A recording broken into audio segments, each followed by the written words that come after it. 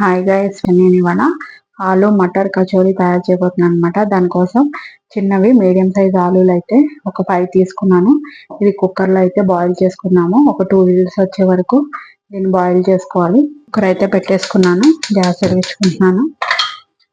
2 whistles వచ్చే వరకు వీటిని బాయిల్ చేసుకున్నాం.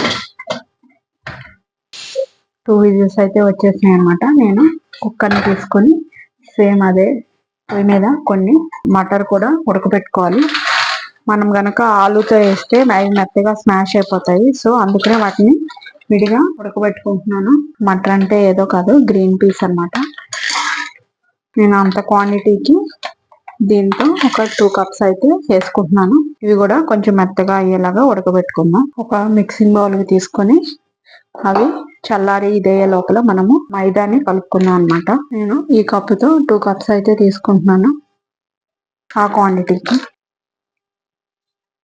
అందులోనే కొంచెం సాల్ట్, ఒక హాఫ్ స్పూన్ అయితే వేస్తున్నాను. నేను కొంచెం నెయ్యి, పెద్ద స్పూన్ అయితే ఒక 2 స్పూన్స్ వేసుకోండి. నేను చిన్న స్పూన్ కాబట్టి 3 స్పూన్స్ వేస్తున్నాను. మొత్తం కూడా ఈ విధంగా కలుపుకోవాలి. ఫస్ట్ సాల్ట్ ను గీ కలిసేలాగా కలుపుకోవాలి. ఇప్పుడు కొంచెం కొంచెం వాటర్ యాడ్ చేసుకుంటూ చపాతీ పిండిలాగా కలుపుకుందాం. పిండి అయితే కలిపేసుకుందాం. దీనికి మూత పెట్టేసి పక్కన పెట్టేసుకుందాం.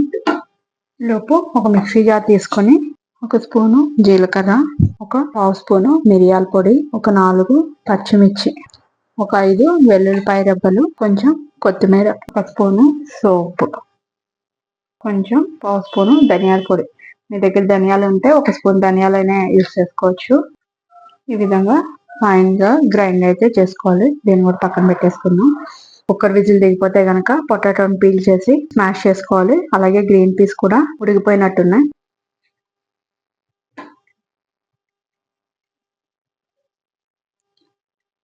ఇవి కూడా ఉడికిపోయినాయి. వీటిని కూడా వాష్ చేసుకుందాం. వాటర్ అయితే తీసేద్దాం. స్ట్రైనర్ లో వేసుకుని స్టఫ్ అయితే తయారు చేసుకున్నాం. దానికోసం ఒక బండి పెట్టుకున్నాను. ఒక 2 స్పూన్స్ ఆయిల్ అయితే వేసుకుందాం.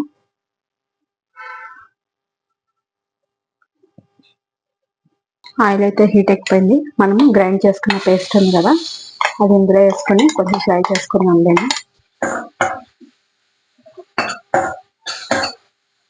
బాయిల్ చేసి పక్కన పెట్టుకున్న మటర్ కూడా వేసేసుకున్నాం.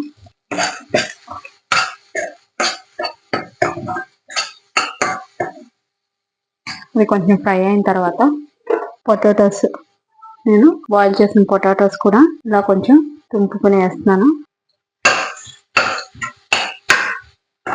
టేస్ట్ కి సరిపడా సాల్ట్ నేనైతే ఒక హాఫ్ స్పూన్ అయితే వేస్తున్నాను. చూసుకుని కావాలంటే మళ్ళీ వేసుకోవచ్చు. వేసుకుని స్మాషర్ తో ఇలా స్మాష్ చేసేసుకోవాలి మొత్తం కూడా.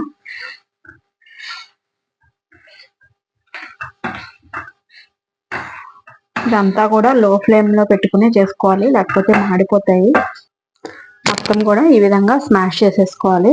ఎక్కడా కూడా గట్టిగా ఉండకుండా మొత్తం స్మాష్ అయిపోవాలి. ఇప్పుడు అయితే మనం గ్యాస్ అయితే ఆఫ్ చేసేసుకుందాం.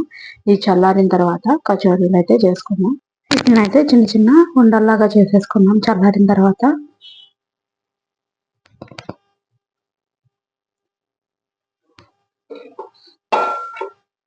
చేసుకుని పక్కన పెట్టేసుకున్నాం. పెద్దవి అయితే కనుక కొంచెం పెద్దగా ఎక్కువ తీసుకోవచ్చు. చిన్న చిన్నవి అయితే కనుక ఈ విధంగా తీసుకుంటే సరిపోతుంది. నేను ఈ విధంగా అయితే ఉండలు చేసుకుని పక్కన పెట్టుకుంటున్నాను. ఇప్పుడు ఇలా మనం కలుపుకున్న మైదా పిండి ఉంది కదా, కొంచెం కొంచెం తీసుకొని చపాతీలాగా చేసుకోవాలి. వీటిని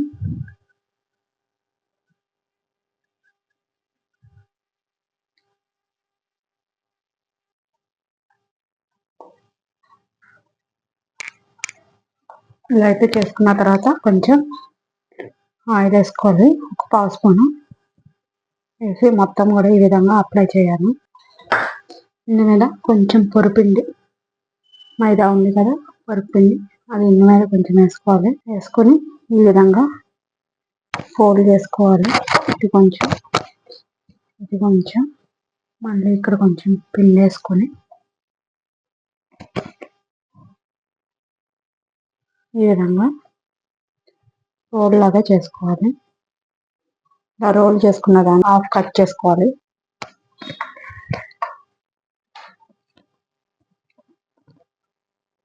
ఈ విధంగా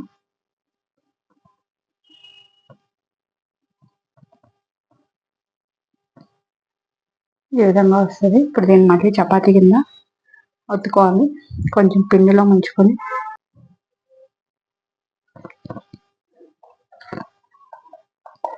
మన స్టఫ్ని బట్టి మనకి ఎంత సైజు కావాలో అంతే చేసుకోవాలి. మనం చిన్న చిన్నగా చేస్తే స్టఫ్ చిన్న ఉండలైతే చిన్నగా చేసుకోవాలి, పెద్దవైతే పెద్దగా చేసుకోవాలి. ఇలా చేసుకున్న తర్వాత ఈ స్టఫ్ని ఇందులో పెట్టి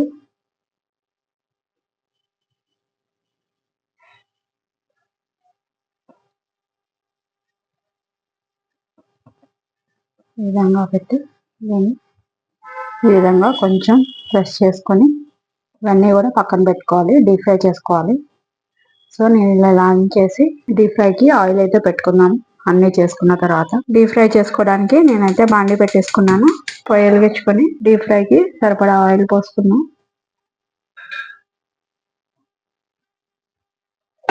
ఆయిల్ అయితే హీట్ ఎక్కిపోయింది. ఇప్పుడు మనం ముందుగా చేసి పెట్టుకున్న కచోరీలు ఉన్నాయి కదా, ఒక్కొక్కటి ఆయిల్లో వేసుకొని డీప్ ఫ్రై చేసుకున్నాం.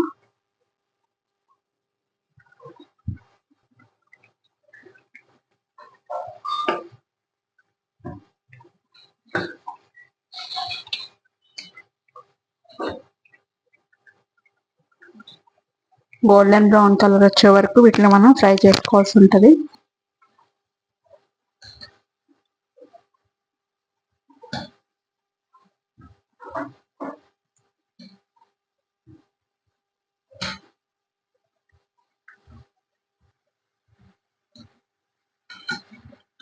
ఆ గోల్డెన్ బ్రౌన్ కలర్ వచ్చిన తర్వాత మనం వీటిని తీసేసుకోవాలి. ఇలా ప్రెస్ చేసుకొని ఇది టమాటా సాస్ తో తింటే బాగుంటాయి. ఈ విధంగా టమాటా సాస్ వేసుకొని వేడి వేడి కచోరీలు అయితే రెడీ అయిపోయినాయి. మీరు కూడా తయారు చేసుకొని టేస్ట్ ఎలా ఉందో నాకు కామెంట్ రూపంలో చెప్పండి. మీరు ఫస్ట్ టైం కనుక నా ఛానల్ చూస్తున్నట్టయితే సబ్స్క్రైబ్ చేసుకొని బెల్ బటన్ ప్రెస్ చేయండి. Thank you guys.